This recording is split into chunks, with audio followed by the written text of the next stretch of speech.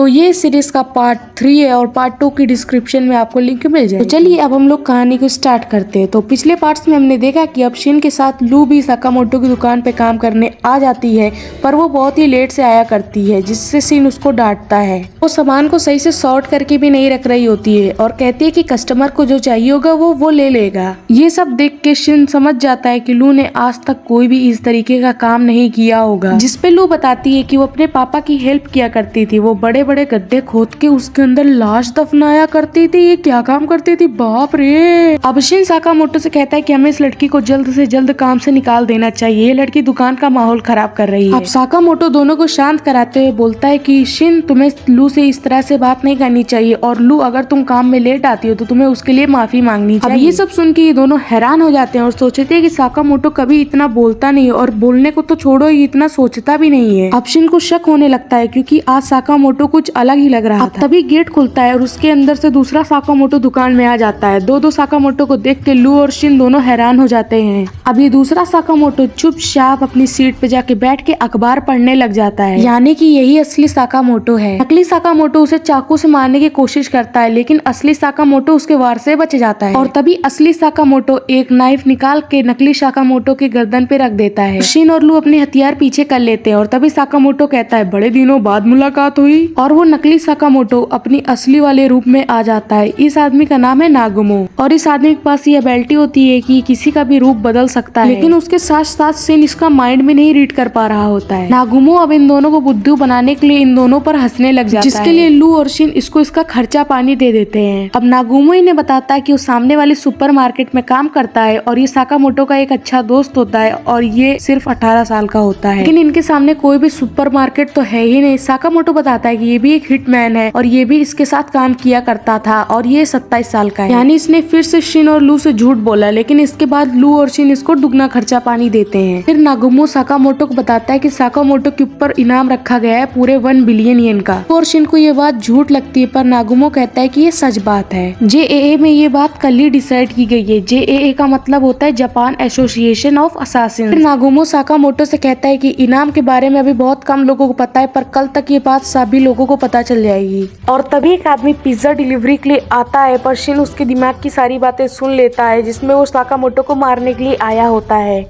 ये आदमी भी एक हिटमैन है और इस आदमी का नाम है पिज्जा नाकाजिमा। ये आदमी अब नागुमो के गले पे कटर रखता है और उसे मारने की धमकी देने लग जाता है, लेकिन साकामोटो और लू तो मजे से पिज्जा खा रहे होते हैं और वो उस पर ध्यान ही नहीं दे रहे होते। तभी नाकाजिमा अपनी कुर्सी से उठकर उसके गले में चॉपस्टिक लगा देता है। इससे वो मरने वाला होता है, पर साकामोटो उसे मना कर देता है। नागुमो साकामोटो के नो किलिंग वाले रूल का मजाक उड़ाता है और कहता है कि ये तो मामूली हिटमैन था, नागुमो के जैसे हिटमैन आ गए तो क्या साकामोटो बच भी पाएगा।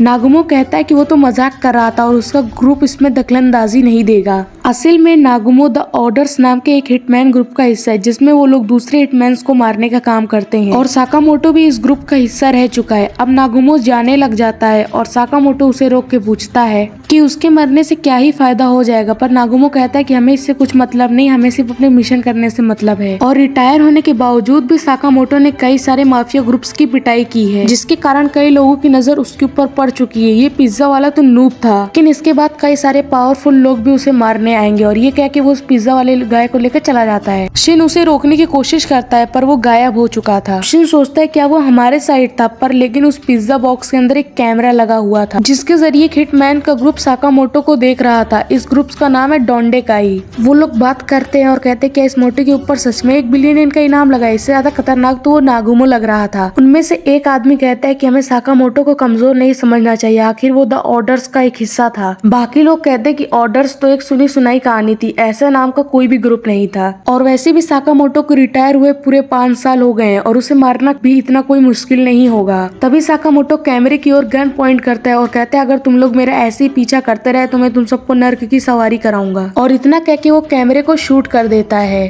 अब शाम को शिन और साकामोटो एक दूसरे से बात करते हैं और कहते हैं कि अब उन्हें कुछ दिन छुप के रहना चाहिए। और तभी साकामोटो की वाइफ और उसकी बेटी आ जाती है, क्योंकि वो लोग कल के लिए बहुत एक्साइटेड थे। और फिर साकामोटो को अचानक से याद आता है कि उसे तो इन दोनों को कल थीम पार्क में घुमाने ले जाना था। अब फिर ये लोग अगले दिन थीम पार्क जाते हैं और वहाँ पे कई सारी राइड्स लेते हैं। साकामोटो और लू को तो राइड्स में बैठने में बहुत ही ज्यादा डर लग रहा था।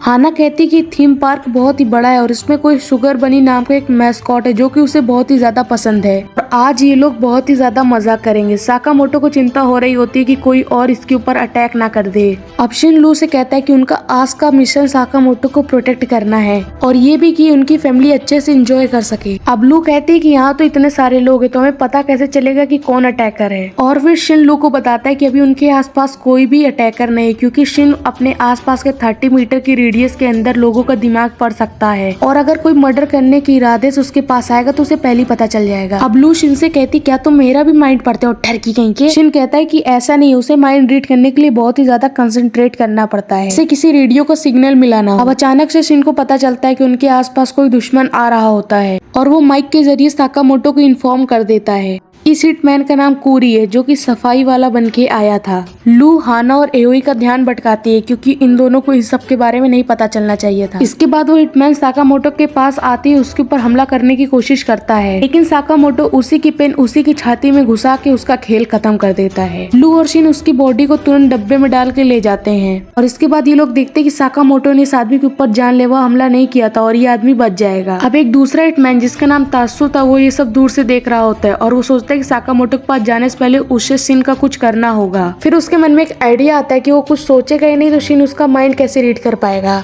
ये लोग एक रोलर कोस्टर राइड पे जाके बैठ जाते हैं। लू और शिन सबसे पीछे बैठते हैं क्योंकि उन्हें नजर रखनी होती है।